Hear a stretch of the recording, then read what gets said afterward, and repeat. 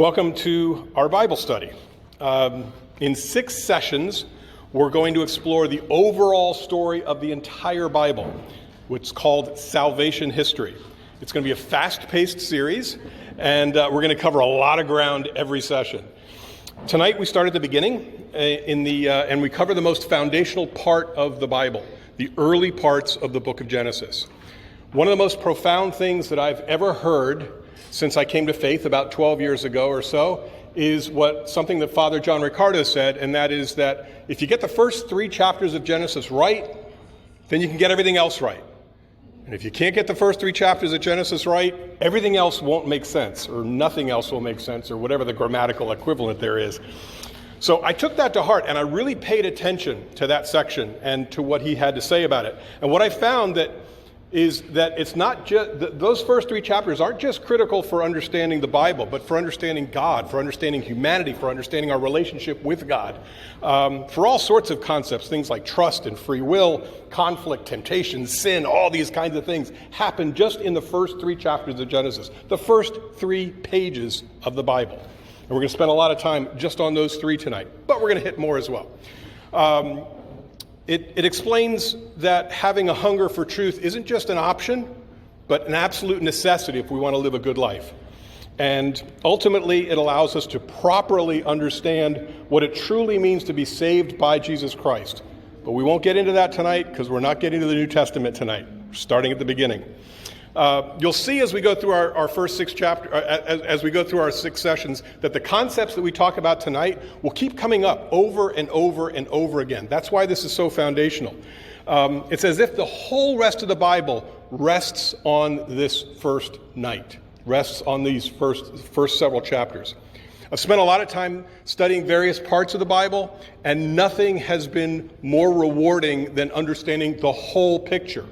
That way, when you go and you read individual parts, they make more sense because you know the whole story. You know where it fits in. So we're going to do that tonight. Because when we want to learn anything about any part of the Bible, we have to make sure that it fits correctly within the whole framework of the Bible. So that's what we want. That's why it's good to have even a rapid-fire 6-week session on the whole Bible, just to sort of put it in our head. Now, before we dive into the content of the Bible, let's take a moment to take a look and see how it's organized. The Bible's not a book, as you probably know. It's a library. It's got dozens and dozens of books, and they're divided into 2 main sections. There is the Old Testament and the New Testament, and the dividing line between the New Testament and the Old Testament is Christ. So everything that happens before Christ is the Old Testament. Everything that happens after Christ is the New Testament. And the picture up there isn't quite accurate because it looks like they're sort of equal sizes, and that's not true. It looks more like this.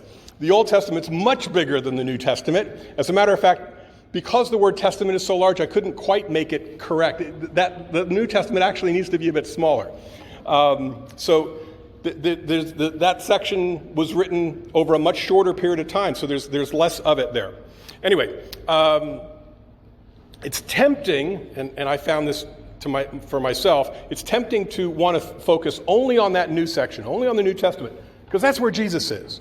And if you've read a lot in the Old Testament, it sounds like God's mad sometimes, and I don't want to read about that. I want to read where God's happy, where Jesus is telling us all to smile, and turning over tables and things like that. But we'll forget that for a moment. But sometimes the temptation is to just spend time in the New Testament. But Jesus himself teaches us that it's critical to understand the Old Testament in order to understand the New Testament properly. He does that in the road to Emmaus and in other places where he sort of unfolds the scriptures and says, it's been in the Old Testament. This is now being revealed, which is kind of neat. So, quick walk through here of first the Old Testament. There are historical books, wisdom books, and prophetic books. There's a whole bunch of them, 46 if I remember correctly, 46 of them, and they're sort of interspersed around. There's some historical things, there's some wisdom. The historical things are like historical narratives. They sort of follow chronologically along for some period of time. And then there's wisdom books, which is sort of like Psalms or Proverbs, which gives you an insight into the spirituality of the people at that particular moment in time. And then there's the prophetic books, which come from the prophets. The prophets don't foretell the future. They speak for God. It's a different thing. Prophets very often will announce transgressions, tell the people they're doing something wrong, or even tell kings they're doing something wrong. And then sometimes when everybody's kind of low, they pick up the spirits and announce the coming salvation. A great line is that prophets challenge the comfortable and comfort the challenged. So it sort of depends on what the people need at the time and what God wants to speak through them.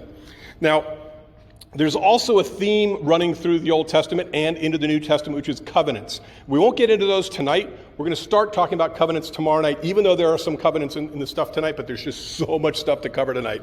So we're not going to cover covenants tonight, but we will start talking about them next week. In the New Testament, real quick, because I don't want to spend a lot of time on this, because we'll talk about the New Testament when we get to the New Testament. But there's 4 basic sections. First are the Gospels: Matthew, Mark, Luke, and John. This tells the story of the life and ministry of Christ. And then there's the next section is a single book. It's the Acts of the Apostles, and this is the history of the earliest part of the church, where Paul goes on missionary journey and sets up churches, and Peter does the same, and they're discussing different things. The very, very early church, literally from the first minutes of the church, is recorded in the Acts of the Apostles. Then we get to the epistles, which is a fancy word for letters. These are the letters that, for instance, Paul goes around, sets up a church, and then once he sets up a church and he's got some people around it, he goes off and sets up another church in another city. Well, somebody lets him know that, well, something's going on here, either good things or bad things, and he'll write a letter back to this early church to maybe build them up, or maybe tell them stop doing this, or whatever. It's instructions to the early church. And seeing as there's nothing new under the sun, these letters to the early church are really, really useful for us. But again, we'll get to that when we get to the New Testament. Last part of the New Testament is the book of Revelation, which we won't talk about at all during this course because it's kind of crazy. You got to be an absolute expert on the Bible just to make any kind of sense of Revelation, because it refers back to the rest of Scripture something like 500 plus times. If you don't know the whole rest of the Bible, you'll get lost in Revelation. Plus, it's written a little weird because it's a view of heaven. And then Jesus asked John, come back and write about it. And he doesn't quite have the words for it. Anyway, so that's the quick verbal walkthrough. I'm a visual guy. And for me, the best way to understand the whole of salvation history is something that Jeff Cavins put together called the Bible timeline. This is his Bible timeline on one side and on the other, and I just put it up there. So you can read all that, right? It's a little small, but that's what this is, front and back. And what it does is it lays out the entire story of salvation in one long thing. You got to just flip sides unless you put it all in one thing there. And what Jeff has done is, remember, the Old Testament is historical, wisdom, and prophetic literature. He's taken some of the historical books and found the narrative thread for the arc of the story that is salvation history. He's found an intelligible thread. Like, we want to pick up a book and sort of read from beginning to end. He's figured out how to do that, and he's done that through this chart. Now, we'll take a quick look at it because we'll sort of follow along with this. So this first section here is the teal part is the early world. That's what we're going to be covering tonight. That's creation of everything. Then the story of Adam and Eve, the story of the fall in the garden. Then there's Cain and Abel, Noah and the flood, and Tower of Babel, and a couple other things we'll talk about tonight. That's in the first section, which we'll cover tonight. The second section there is the patriarchs. This is the story of Abraham, Isaac, and Jacob, and then Jacob's sons who make up the nation of Israel, the 12 sons who make up and that's what we'll talk about next week. Then, if we go to the next section, which is Egypt and Exodus. At some point, the Israelites are slaves in Egypt. Moses goes to Pharaoh and says, let my people go, and they end up going out. They end up getting the 10 Commandments. They end up starving, but then being fed. They wander through the desert, which is that tan section in the middle. And then they eventually end up in the green section, which is conquest. They eventually make it to the promised land, the nice green lush land, and they take over. They with God's help, they conquer the land. And then starts this cycle of trying to get familiar with how to sort of govern yourself, and whether you're going to trust God or whether you're going to try and do it on your own. This is the book of Judges, where all sorts of things mess up, and there's this cycle that keeps repeating. We'll talk about that in I won't tell you when. We'll just get to it when we get to it, okay? Then the next section is, this one. I didn't mention, in Judges, it's not like a judge sitting down and handing out ruling. A judge in the sense of the Bible is like a warrior king, somebody who rises up and fights for the people when needs to be. Then, in this section, we start talking about real kings. The people want a king to rule them, just like all the other nations. They're not satisfied with God being in charge. They want a king. So they get a king, and for a while, the kings were okay. That's the royal kingdom. But eventually, things mess up, as things do, and the nation splits into both north and south, and there's two different lines of kings, and some are good, but most are bad, and things get so bad that eventually outside forces come in and conquer them. First, the northern kingdom, and they basically have everybody exiled out of the country, and they end up getting dispersed to the ends of the earth.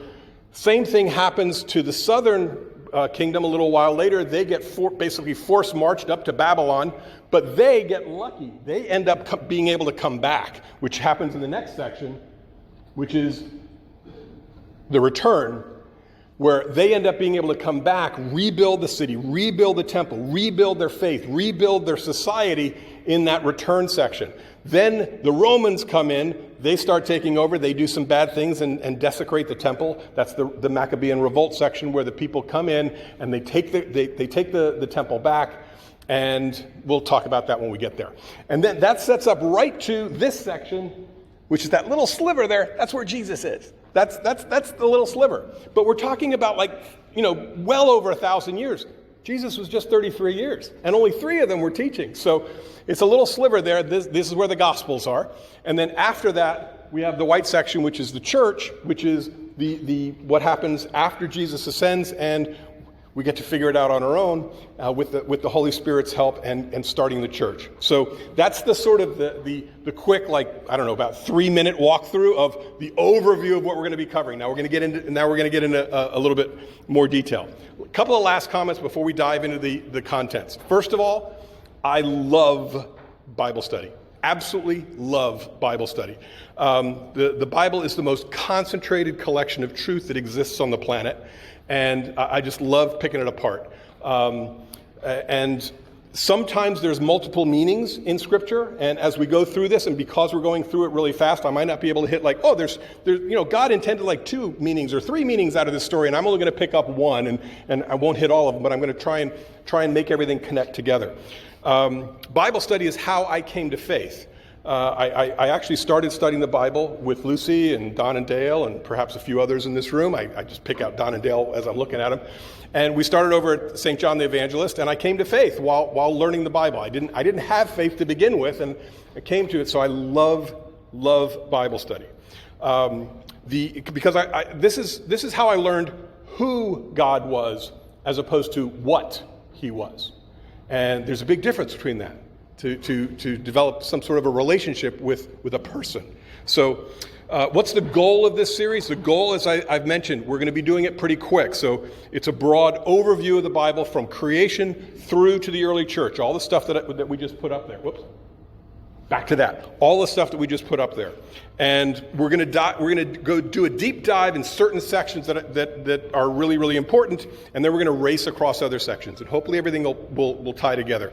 At the end, I'm hoping that you'll be fully acquainted with the story arc of salvation history, And as I type that, the story arc, right there, an arc sort of goes like this, right? Or that's the way we think of it. It sort of goes low to high to low. But salvation works the opposite. It starts high in the Garden of Eden, everything's great. Then it sort of falls off, and then we get back and we get to Jesus. So it's sort of like not a story arc, it's sort of like a story smile of salvation history, is sort of the way I looked at it. And if you want to dive deeper, when we finish up, I'll give you some resources that you can get into, things like Jeff Caven's Great Adventure course and others. So with that, let's dive in. First, the early world. We're going to start at the very beginning of the Bible, and we're going to be going through chapters 1 through 11 tonight. Our deep dive for tonight is chapters 1, 2, and 3, because that's what Father John said was absolutely critical to understand in order to make sense of the rest of it. And you know the stories of the first 3 chapters of Genesis. Chapter 1 is God creates everything. Chapter 2, we go from a wide angle lens of the creation of everything down to focusing on the creation of Adam and Eve. So chapter 2 deals with the creation of Adam and Eve. And then chapter 3 is where Adam and Eve mess up and things get bad. Somebody eats an apple and everything gets messed up. So you know the stories. Now, the fall of Adam and Eve that happens in chapter 3 is where we get original sin from. And original sin is something that Adam and Eve did, and we get stuck with it. And we're going to answer why we get stuck with it as we go through this. I can't do it now, but we will talk about it in a little bit. Part of our confusion about original sin, or really any sin, is that many people don't really understand what sin is. A lot of people, and this is amplified by modern culture that likes to confuse us about our faith. Many people believe that sins, there's some man-made list of things called sins, and when we do something on that list, then somebody in authority has the right to shame us because we did something bad. That's not what a sin is. That's not what a sin is at all. We'll be covering that in detail tonight because it's so critically foundational. Everything rests on this. And we need to know this because what we believe translates into how we live. So we need to understand one of the most foundational parts of our faith. So we'll be covering that. Now, by the way, if you've ever heard me talk about the first 3 chapters of Genesis before, because I've given a talk on that before, it'll be extremely helpful to hear it again as we get started here to sort of give you a refresher as we get started. Plus, there's some new things thrown in. What happens in these first 3 chapters is critical to make sense of the rest of the time that we have together. In one way or another, the entire rest of the Bible is dedicated to fixing what happens in chapter 3. So we need to know what it is that happened in chapter 3 in order to understand the whole rest of God's plan for salvation. Now, these first 11 chapters of Genesis are what's called inspired poetry. Inspired means it comes from the Spirit. Inspired, Spirit, get it? Inspired, Spirit's in you. So inspired means it's written by the Holy Spirit through a human author. And poetry is just a way of speaking. And poetry is available sometimes when you need to speak about certain kinds of truths. For instance, if I say that I'm so glad to see you all tonight out on a Monday night hearing about your faith, it warms my heart that you're here. Have I conveyed to you a truth? Do you understand what I mean? It's not fiction. It warms my heart that you're here. It genuinely does. It's in my notes, but my heart is genuinely warm that you're here. I've conveyed a truth, but nobody in here thinks that my heart actually got warm. I've conveyed something to you poetically. It's true. It's absolutely true, and you know what I mean. But it's conveyed poetically. And some of the largest truths in the entire world have to be conveyed poetically, because there's no way to say it scientifically. And I'm a math and science guy. I love scientific talk. But there's no way to convey that any other way than to say something like that poetically. So sometimes you need to go into poetry in order to convey the largest truths. And in Genesis, we convey truths that are larger than any scientific or intellectual truth. I'm a math and science guy, like I said, but science has limits. There is no telescope that can see God. For instance, you can't put him under a microscope. He's outside of the natural world, so we can't see him. And Genesis is not a science textbook. It's not trying to teach us how things happen. It's trying to teach us why things happen. And only God can tell us why things happen because he put everything in motion. So luckily, he put together Genesis, inspired poetry, speaking through a human author, but inspired by the Spirit, so that we can understand what happened and why it happened. And this is what's so critical about the early chapters of Genesis.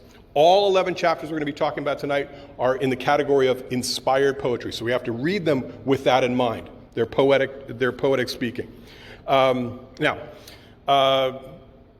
As we go through this, especially in chapters 1, 2, and 3, which is sort of like the origin story of everything, where what God has revealed to us as far as the origins of humanity, the origins of the world, the origins of all sorts of things, there are other origin stories out there. People have always tried to figure out, well, how did we come to be?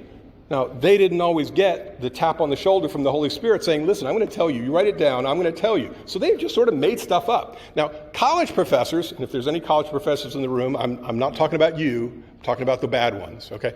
College professors, very often, will try and tell us that, well, all the origin stories are pretty much all the same. For instance, they all have a flood. They're all just copying off each other.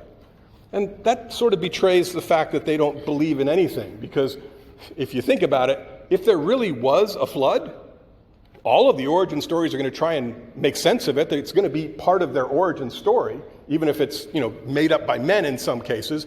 But so the fact that they all have a flood in them doesn't mean that something's wrong. It means that there was a flood, is really what it means. So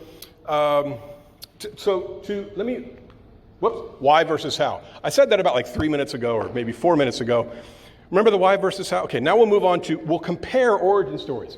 Just to let you know how amazing Genesis is. We're going to compare what the origin stories were in the ancient Near East, what they were saying about their origins, what they believed about their origins about the time that Genesis came to be. And we'll compare and contrast and see if they're the same. So first, all of the ancient Near East origin stories had many so-called gods. And I put gods in lowercase g because they're false gods. They're not real gods. They're all sorts of weird things. But there are many so-called gods. There's not just one. They were all bad or violent, sometimes downright cruel. Creation itself generally happened either out of violence or out of sex. And that's how creation took place. Somebody ripped somebody's arm off, beat him over the head with it, and then twisted him up, and that's the mountain or something like that. There's all sorts of things like that. None of the gods had ultimate power. No one person was in control, so they were all fighting amongst themselves. And most importantly, for our purposes, men had only one purpose, and that was to serve the gods. Men were slaves, and women only had one purpose, and that was to create babies. That's it. Women bear children. That was the worldview. That's how we were supposed to think of ourselves based upon the origin stories that took place in the ancient Near East at the time. Now, at some point, and I like to think about this. This doesn't come from Scripture. I like to think that God at some point goes, "You guys are getting it all wrong," and eventually taps on somebody's shoulder and say, "Listen, I'm going to whisper in your ear. You start writing it down, and or start understanding the story." And What Genesis says, in contrast, is that there is one God. He's good. He's all good. And he creates out of love, not necessity, not out of any sort of anger, certainly no violence or anything. He creates out of love. And he creates effortlessly. No effort involved. He just speaks things into existence, which is amazing. And then, again, back to what's important for us. He tells us in literally the first page of the Bible, in Genesis chapter 1, that the pinnacle of creation, he creates everything for man and woman to exist. Man and woman are the pinnacle of creation.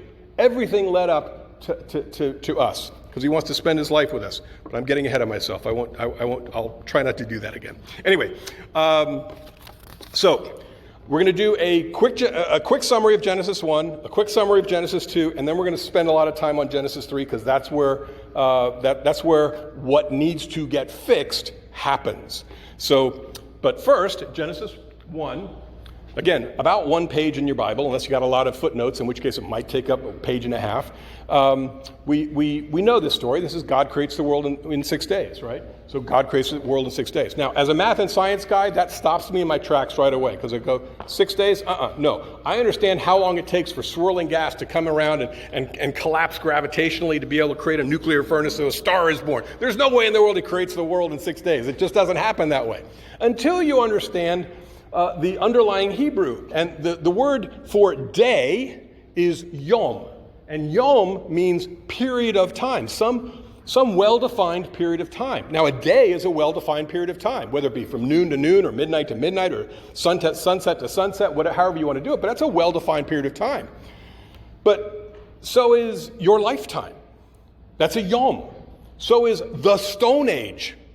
That's a yom. So a yom is a well-defined period of time. That could be the time it took for the stars to congeal. That could be, whatever it is. So it's, again, we're talking about poetic language. Don't get caught in that in the 1 day thing, because for one thing, the sun isn't created until the 4th day. So how would you figure out what the days were on the first 3 days without a sun going around? So it doesn't make any sense. Anyway. We find that throughout Genesis chapter 1, he creates effortlessly. There's no rivals. There's no problems. He just speaks things into existence, and everything he creates is good. Everything he creates is good. All of creation, the creation of time and space itself, and filling all of time and space fits on 1 page. You got to be very careful with your words when you try and squeeze everything down to 1 page. And he says over and over and over again that what he created is good. He created something and he saw that it was good, and he saw that it was good, and he saw that it was good. He keeps saying it over and over again. So we know if you're dedicating that much real estate on that 1 page to the fact that it's good, we know that God is telling us for a reason. Everything that he creates is good. Now, throughout the 6 days, he creates the sun, the moon, the stars, the birds, the beasts, oceans, beasts, mountains, all sorts of different things. And he lists them all as he goes through them. What I found interesting when I first started learning about this is that the things that he lists that he is creating are things that other civilizations are worshiping. Other civilizations are worshiping the sun and the moon. And God is saying, I created the sun and the moon. Stop worshiping the created thing. Start worshiping the creator. So it's sort of like a little backhanded kind of thing. He lists all these different things that the other civilizations are worshiping, which I find kind of interesting.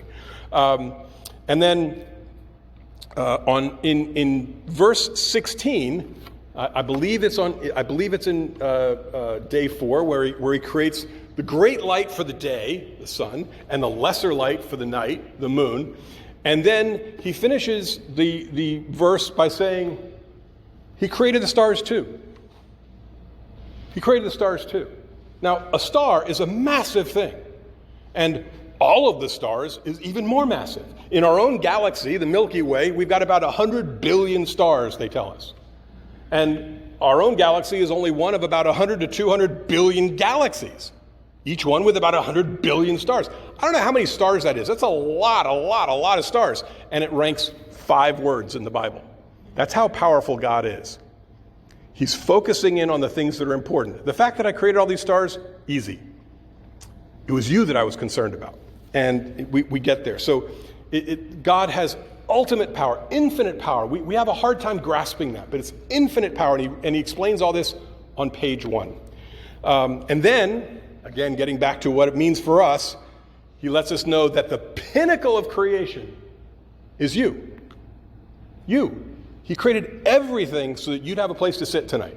He created everything so you could walk around and see the world and do all kinds of sort of things. Now, we'll jump into a quick summary of Genesis 2. This is where we go from the wide-angle lens of all of creation, and we now focus on Adam and Eve. So we're talking about God creates Adam and Eve. And of course, he creates Adam first and then realizes that there's something wrong. This is the very first time we hear in the Bible that something's wrong, right? It is good, it is good, it is good, it is good. And the very first time we hear that something's bad is in Genesis chapter 2, where he says, It is bad for it is bad for man to be alone.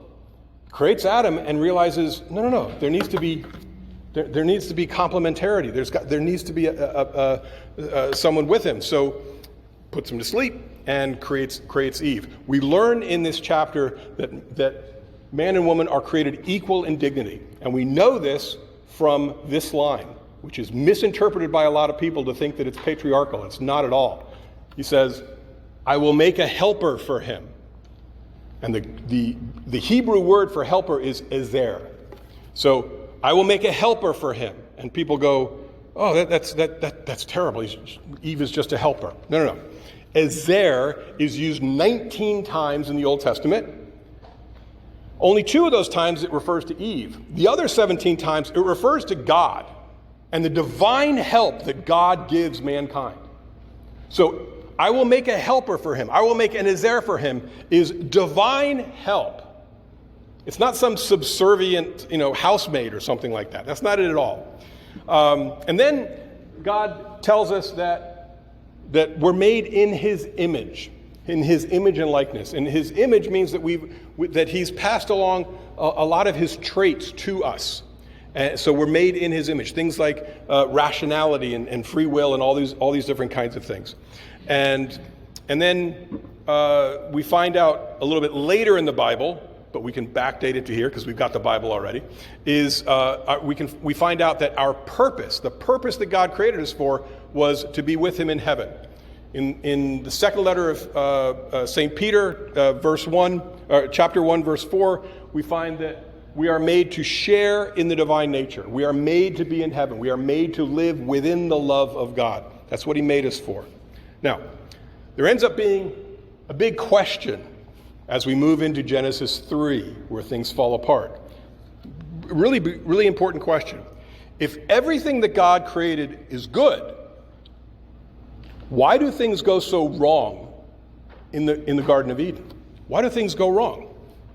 And as wonderful as science is, science can't answer this question, because science can only answer how questions or what questions. It can't answer why questions. But luckily, God will answer this for us. So as we begin to try and answer this why question, let's start with a what question.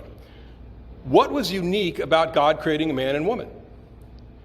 Well, he created us in his image and likeness. Again, this is nowhere else in the ancient Near East. We're not told that we have any kind of specialness to us anywhere else in any creation story. But God lets us know that this is the case.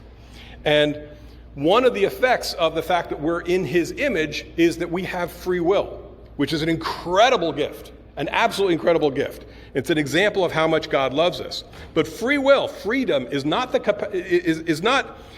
intended to sort of just let us do whatever we want. That's chaos. Just doing whatever we want is chaos. We're supposed to be directing this towards something. And if you don't think that using your free will for anything you want is chaos, on the way home tonight, choose using your free will to drive on the wrong side of the road and see how well it goes. Okay? We're supposed to use it in a rational way, in a good way. So don't anybody send me the bill. Because I was just kidding. So if you get banged up, trust me, just think about it. Don't actually do it. So God gives us the right to choose, but that doesn't mean that every choice that we make is right. We need to focus on being right. And the primary purpose of freedom, the primary purpose that God gave us free will, is so that we would be capable of loving. Everything comes down to love, right? What are the 2 great commandments? Love God, love your neighbor, right? Everything is about love. How do we get to heaven? Love. Everything comes down to love. And in order to love, we need to have free will. Imagine trying to love without free will. Imagine, the people you love, the people who love you. Imagine that their free will was not part of the equation. Would it be called love? No, I'm not quite sure what it would be called, but it wouldn't be called love. It would be something different than that. And so we need free will in order to love. We also need free will to do things like forgive or to have faith, to form relationships, to plot our course in life, to pursue ambitions, to pursue a career, and to have moral responsibility. The fact that we have free will means that we have moral responsibility. In fact, Of all of the creatures in creation, only angels and human beings have free will. Your dog doesn't have free will. Your dog has something, but it's not free will. Only angels and human beings have free will. And as such, only angels and did I say that right? Only angels and humans, because they're the only ones that have free will, that means that they're the only ones that are able to be disobedient to God by using their free will incorrectly. And you go, aha, now I understand what's happening in the fall. Somebody uses their free will wrong, it makes God angry, and then now we're suffering punishment because of that. Nope, not it. Let's just throw that one out the door, because that's not it. Father John Ricardo says this, and it's so clear. He says, the way some people view the fall, with Genesis chapter 3, is that God plants a tree in the middle of the garden for no particular reason.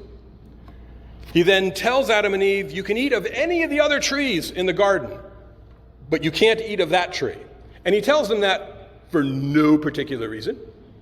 And then when they do that, he gets angry and he kicks them out of paradise. It's not the right way to look at Genesis chapter 3. It's just not the right way. Let's take a look at it. Genesis chapter 3, the fall. Anybody know what the name of that tree is? The tree of the knowledge of good and evil, right.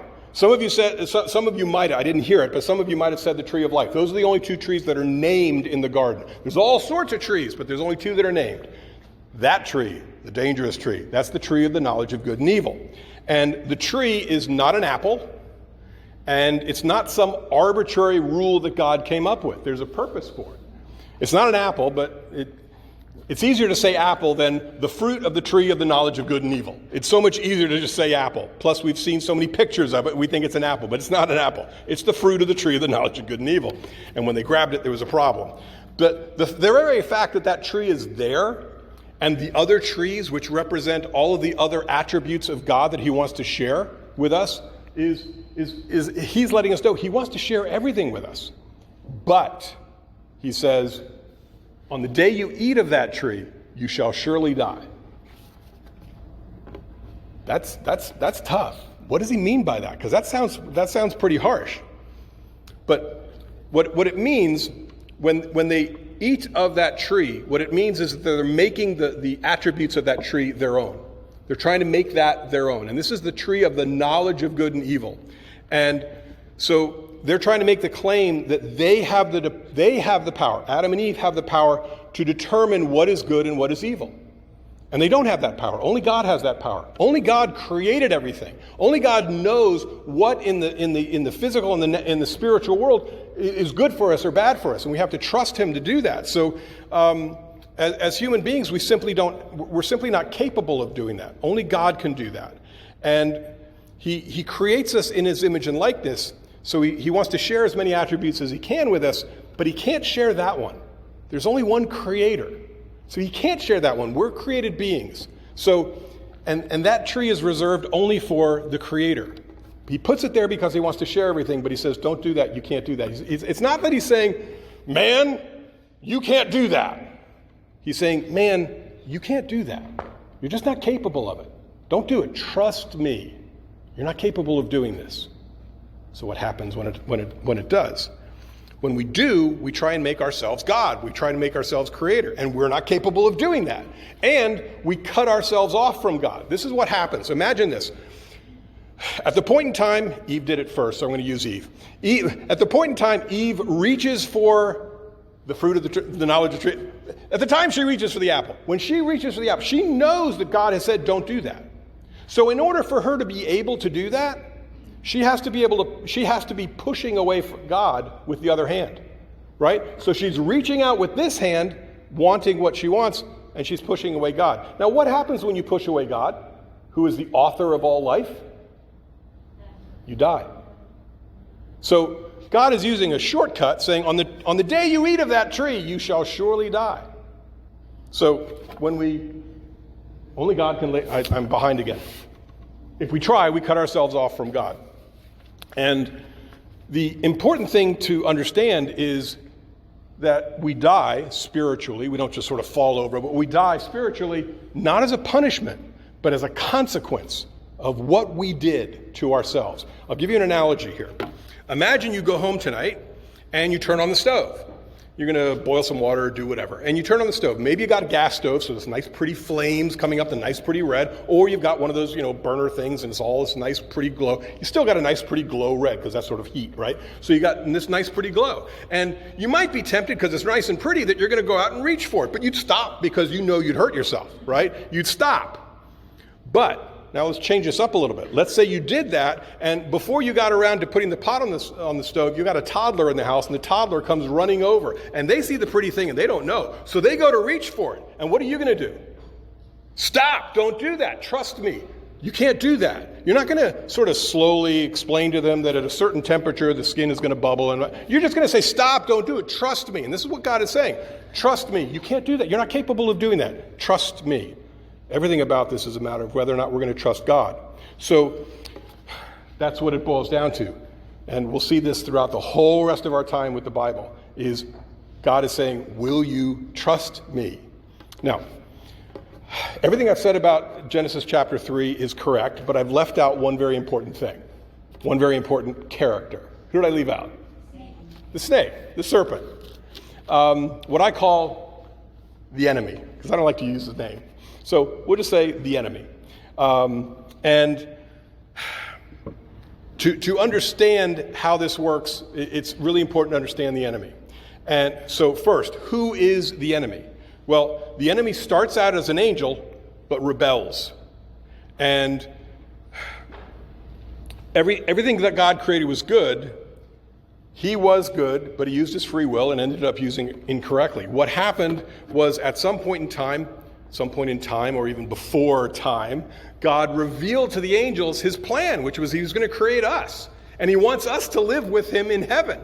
And one of the angels, our enemy, says, I don't like that idea. I'm more powerful than they are. I don't like the fact that we're not going to be living with you, that they're going to live with you. And he rebelled.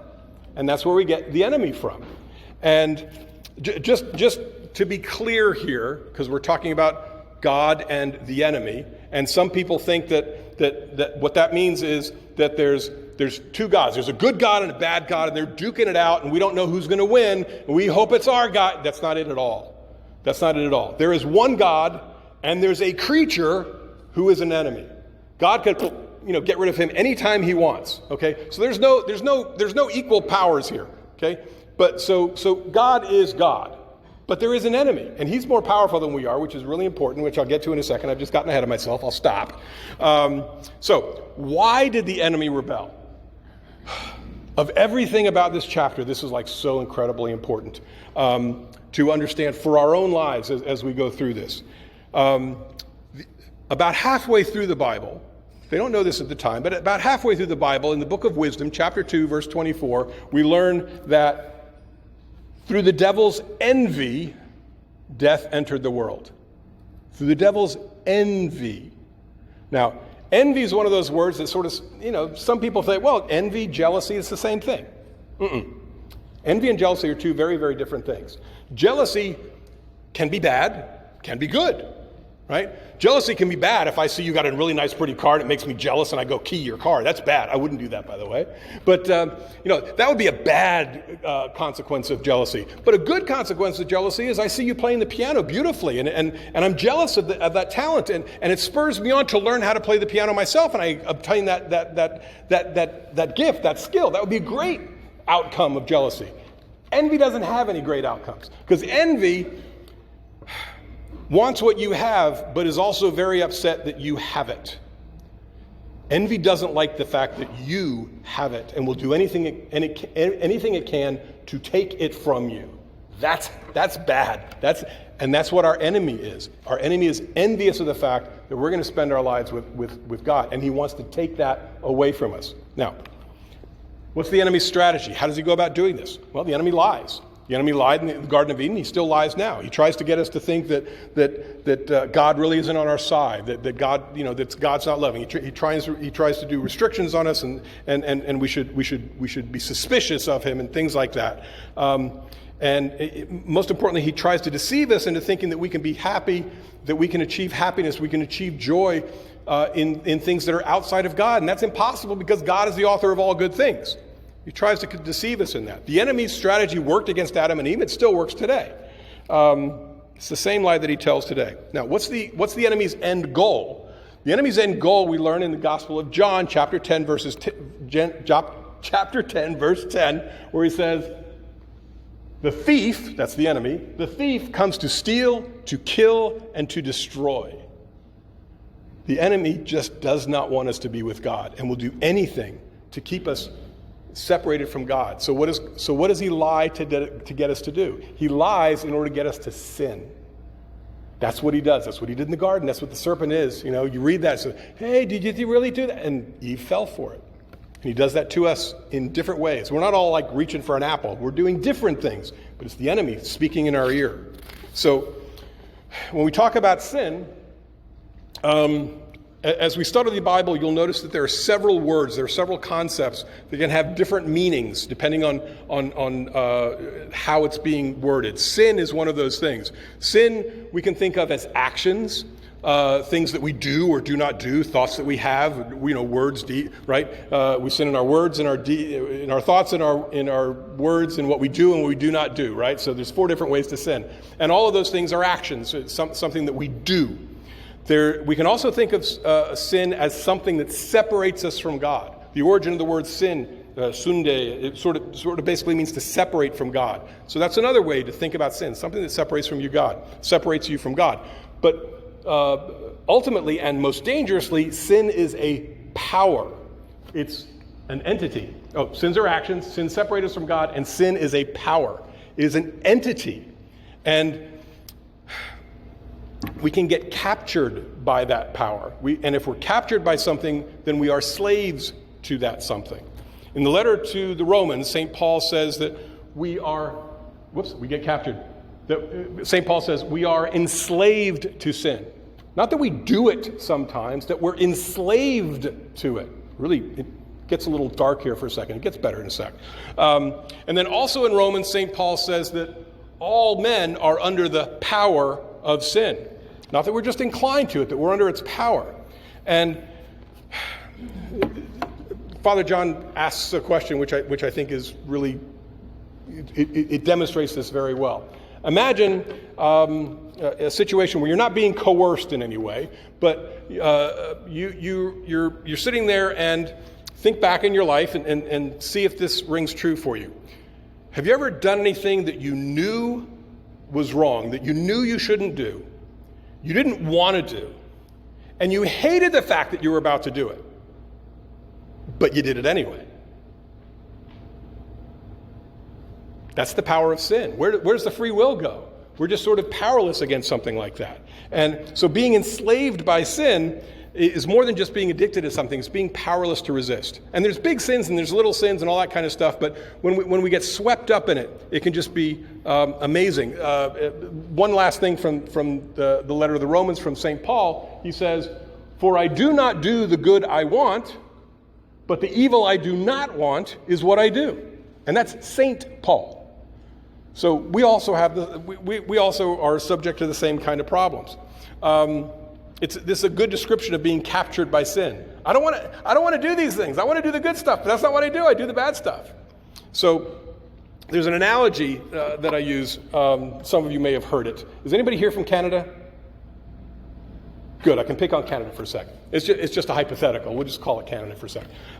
Imagine you have been warned against going to Canada. Something bad will happen to you if you go to Canada. And everybody's told you don't do that. But you're up in New York, in Buffalo or something. It's right across the border. Let's go check out Canada. Your friends talk you into it. And as soon as you cross the border, bam, they grab you, they take your passport, and they won't let you go home. They've now got you. You've now been captured. You can't do anything about it. That's evil Canada. Okay, that's sort of what sin can do. It can sort of capture you and won't let you go. And that's our lot in life. Apart from the help of God, apart from the help of the Holy Spirit, apart from the saving grace of Jesus, that's sort of our lot in life. So Adam and Eve did original sin, which was an action. It also separated them from God, and it also meant that they were captured. And as such, they pass along original sin to us. There's 2 different ways to think about this. One is, if they are captured, if they are slaves, ask yourself, If a child is born to a slave, is the child born free or a slave? Slave. So it passes down in the generations. The other way to think about it, because I'm a math and science guy, is, if you think you have perhaps if you think about having like a DNA mutation, you'd pass that along to your kids, right? Something about you that mutates and you pass along to your kids. Well, in this case, with original sin, they sort of broke their spiritual DNA. There's sort of a mutation. They messed it up, and it gets passed down through the generations as well. That's two different ways to look at why in the world do we get stuck with original sin. Now, luckily, we know, and this is fast-forwarding thousands of years, we know baptism takes care of it and all that kind of stuff. We'll get there when we get there to the New Testament. But that's sort of what it goes. And we can also do this to ourselves. We can also damage ourselves with actual sin, things that we actually do that we can't blame Adam and Eve for. When we do it, it's actual sin. Same kind of thing. So sins are actions. They separate us from God, and to some extent, sin is a power. But even when we're talking about just actions, sins aren't just a list of rules. It's so important not to get that. Sins are things that are spiritually bad for us. And God knows that, and he warns us about them out of love, because we understand the physical world very well. We understand that this is solid, and we understand that if I let go, this will drop. We understand the physical world because we live in it, we understand it. But we also live in the spiritual world, but we don't understand that one very well. God understands them both perfectly, created both of them. And he knows that we don't understand it very well, so he warns us about these things. And we need to trust him, because these things hurt us. The way I look at it is, he gives us a spiritual injury notice, S-I-N. I think it's kind of cute. I've looked it up on the web. I can't find anybody else who's got that thing. I think I came up with it on my own. I thought it was kind of cute. We'll move on. Anyway, so he gives us a spiritual injury notice. A good, loving father tries to warn us about that. So avoiding sin isn't following the rules. It's trusting that a loving father is telling us the truth and warning us about things that hurt us. And that's something that Adam and Eve didn't understand. It's something that a lot of people throughout the Bible aren't going to understand. As we go through it, we'll see the pattern happen over and over and over again. And sometimes when we see a pattern happen in the Bible, it also means that it happens with us, which is why we can learn from the Bible, which is great. So at this point, if there's some part of you that still thinks that sins are rules-based, they exist just to shame you, it's because the enemy's done a good job of convincing you of that lie. Try and purge that. It's things that hurt us that our good, loving Father in heaven warn us about. So don't be deceived. Now, because if the enemy can deceive us and convince us that it's just a list of rules, then we can sort of laugh it off and think it's no big deal. But what happens when that happens? We separate ourselves from God. We don't end up getting to heaven, and the enemy gets exactly what they want. The enemy can't go up against God. He'll be destroyed. But he can go up against us. So we need to stick close with God. We need to trust God and not have this happen. So, now, personally, I rail on this because I think it's so important to understand, to internalize sin as that which is bad for us. But it's also still disobedience to God. It is disobedience to God. Think about when you were a toddler and your good, loving father, if you had one, I didn't grow up with a father, so make somebody up, someone in your life told you, don't go play in the street. Okay, because it's bad for you, right? But let's say you went out and played in the street anyway. You would have subjected yourself to a harmful situation, right? Sin is bad for you, but you would have also been disobedient. So it's both at the same time. But the primary thing is that it's harmful, which is why you were warned in the first place. But then if you don't heed that warning, it is disobedience to a loving father, to a loving parent that's telling you not to do this. Anyway, but so sin is both harmful and disobedient at the same time. But if you only think in terms of it being disobedience, then you might think that God is a tyrant, that we're just following rules again, back to that rules thing. So that sort of wraps up the fall. What happens at the end of chapter 3 is sort of the fallout from the fall, where God says that, Adam, now you're going to work, you work in the sweat of your brow, tilling the soil. It's going to be hard for you. Eve, you'll now have pain in childbirth. He tells the snake it's going to be on the ground forever. But because right after the fall, what does Adam and Eve do? They run and hide, because that's sort of what we all do when we feel we've upset God, or at least a lot of us do. And they also recognize their own vulnerability, and instead of being very comfortable with each other, right? They used to walk, it says, they were naked and unashamed, but now they're covering themselves with fig leaves, figuratively, because evil has been let loose, and now they're sort of wary of each other, because it used to just be about love. Everyone was looking out for one another, and now there's a question of whether or not you're going to take advantage of me, and that there's a problem with that. So God exiles them for their own good, because now they're hurting. They need to be healed before they can access the tree of life.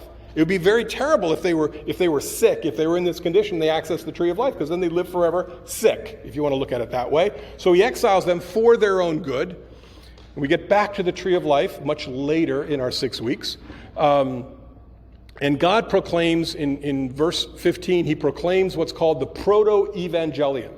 The beginning, the earliest statement of the good news that there's going to be a Savior. And God says that the seed of the woman, one of her descendants, will crush the head of the serpent, shall defeat the enemy. So right there on the third page of the Bible, we've got a hint of what's coming. The Old Testament is full of hints. We'll get through them. We'll go through. Now, if this were a standalone talk, and if you've heard me do the creation of the fall talk, I'd now skip ahead to the New Testament and talk about how Jesus fixes all this, and we'd all be happy at the end of this thing. But I can't do that because we're way too early, so I can't do that. I got to finish off chapters 1 through 11, which are a little dark because it's the early world. They don't have enough help. But because now we understand how devastating sin is, we can understand how important it is to be saved. So we can understand as we walk through the Bible how important it is that God is teaching the people and getting them ready to accept his Son. But we don't get to Jesus for a couple of weeks yet. So on to Genesis chapter 4 through 11, and we go through this much, much faster. The deep dive we've gotten through, this one goes pretty quick. So first, there's Cain and Abel. In chapter 4, we have the story of Cain and Abel, the two sons of Adam and Eve, and they're offering sacrifice to God, which is one of the central themes of the Old Testament.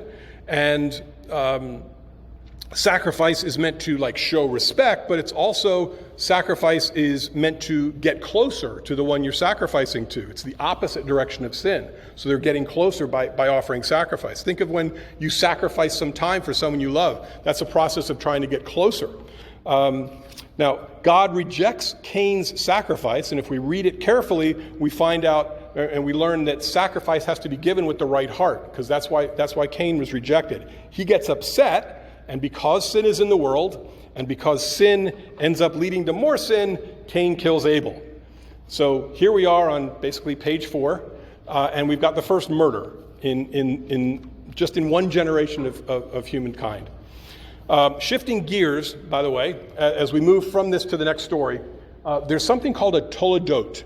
If you've ever read the Old Testament and you get to the point where it says, this person begat so-and-so, and this person begat so-and-so, and that's the chapter you skip over, right? Because it's just a bunch of names that I can't pronounce, so you just sort of skip over. But there's actually some really interesting information in here sometimes.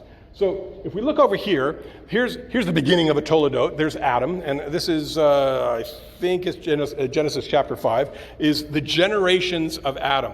And a toledot is a literary technique that tells us how to follow the story, where to look in the story. Because when one person has some children, and they have some children, they have some children, they have some children, they have some children, you can have thousands of people in just a handful of generations. So how do you know who to look at to follow the story?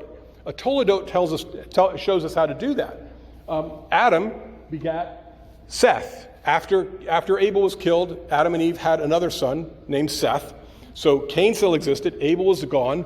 The toledot doesn't tell us explicitly that there were other children, but there were probably other children. They're not big on giving us every last little detail. Sometimes they leave things out. But Seth is the one to follow. That's the central one. And then it tells us that Seth begat Enosh, and and Seth also had other children, but we're not going to follow them. Enosh had more children, and then it goes another and another and another. I don't have room on the page for this. There's another and another. It's like 11 till we get down to the bottom here. Somebody eventually has Methuselah, and that person also had other kids. Methuselah has Lamech, but also has other people. And Lamech eventually has Noah and other people. But the line has now brought us and focused our attention on Noah, because that's where the line of promise is happening. That's where we need to focus our attention. So it pulls us forward. Instead of having to look through all of these different people, where's the important one? Noah. Goes right down to Noah. It also gives us a little bit more information about this, which, as we go through, which we'll see here in a sec. So it doesn't list all the descendants, but focuses on who moves the story forward. There are others, and because there are other people in the world. This Toledot doesn't even mention Cain and Abel, for instance. It focuses on that line of promise, which ends up leading to Christ. That's through Seth, right? Adam through Seth. So the Seth line is the good line. We already know Cain messed up. Cain is the bad line. There's descendants of Cain off on the side, but it's not part of this Toledot. That's the bad line. By the way, in this Toledot, we read some impossibly long lives. If we look at Methuselah, for instance, Methuselah is the man in the Bible who's lived the longest. Anybody happen to know how long he lived? 969 years, right. So it's just a nice little, nice number to remember. 969 years, and we go, you got to be kidding me. That's ridiculous. This is obviously, this is crazy. But we're looking at it the wrong way. We're looking at it the wrong way. Through the envy of the devil, death entered the world. Through sin, people are now dying. It wasn't meant to be that way. We weren't meant to be dying. When we read that Methuselah died at 969, we shouldn't be going, wow, that's impossibly old. We should be going, he's dying? These people are dying at 400, at 500, at 300, whatever. They're dying. That's the amazing part, not their age. It's that they're actually now dying because sin unleashed death into the world. So, and then Noah has 3 kids, Shem, Ham, and Japheth. And they're central to the story, so they mention all 3. But we are eventually going to go down the Shem line at some point. But right now, there's all 3. Now, this is in chapter 5. In chapter 6, we're introduced to an interesting thing, and this is almost like a side note, but it's so everybody loves to ask this question of who are these people. So I'm going to answer this question to the best of my ability. Who are the Nephilim? Right? Who are the Nephilim? They're mentioned in John chapter 6. Anytime I talk about chapter 6, John comes out just before I say it. In Genesis chapter 6, we hear about the Nephilim. And the first clue to who the Nephilim are is in that Toledot that we just read. In the Toledot, we learn that, and I don't have it in front of me, but we learn that Seth was born in Adam's image. So he got the character. He got the character and the attributes from Adam.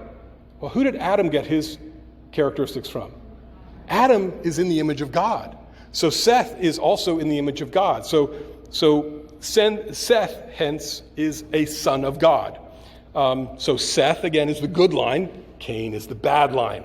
So in Genesis chapter 6, we hear that the sons of God were intermarrying with the daughters of men.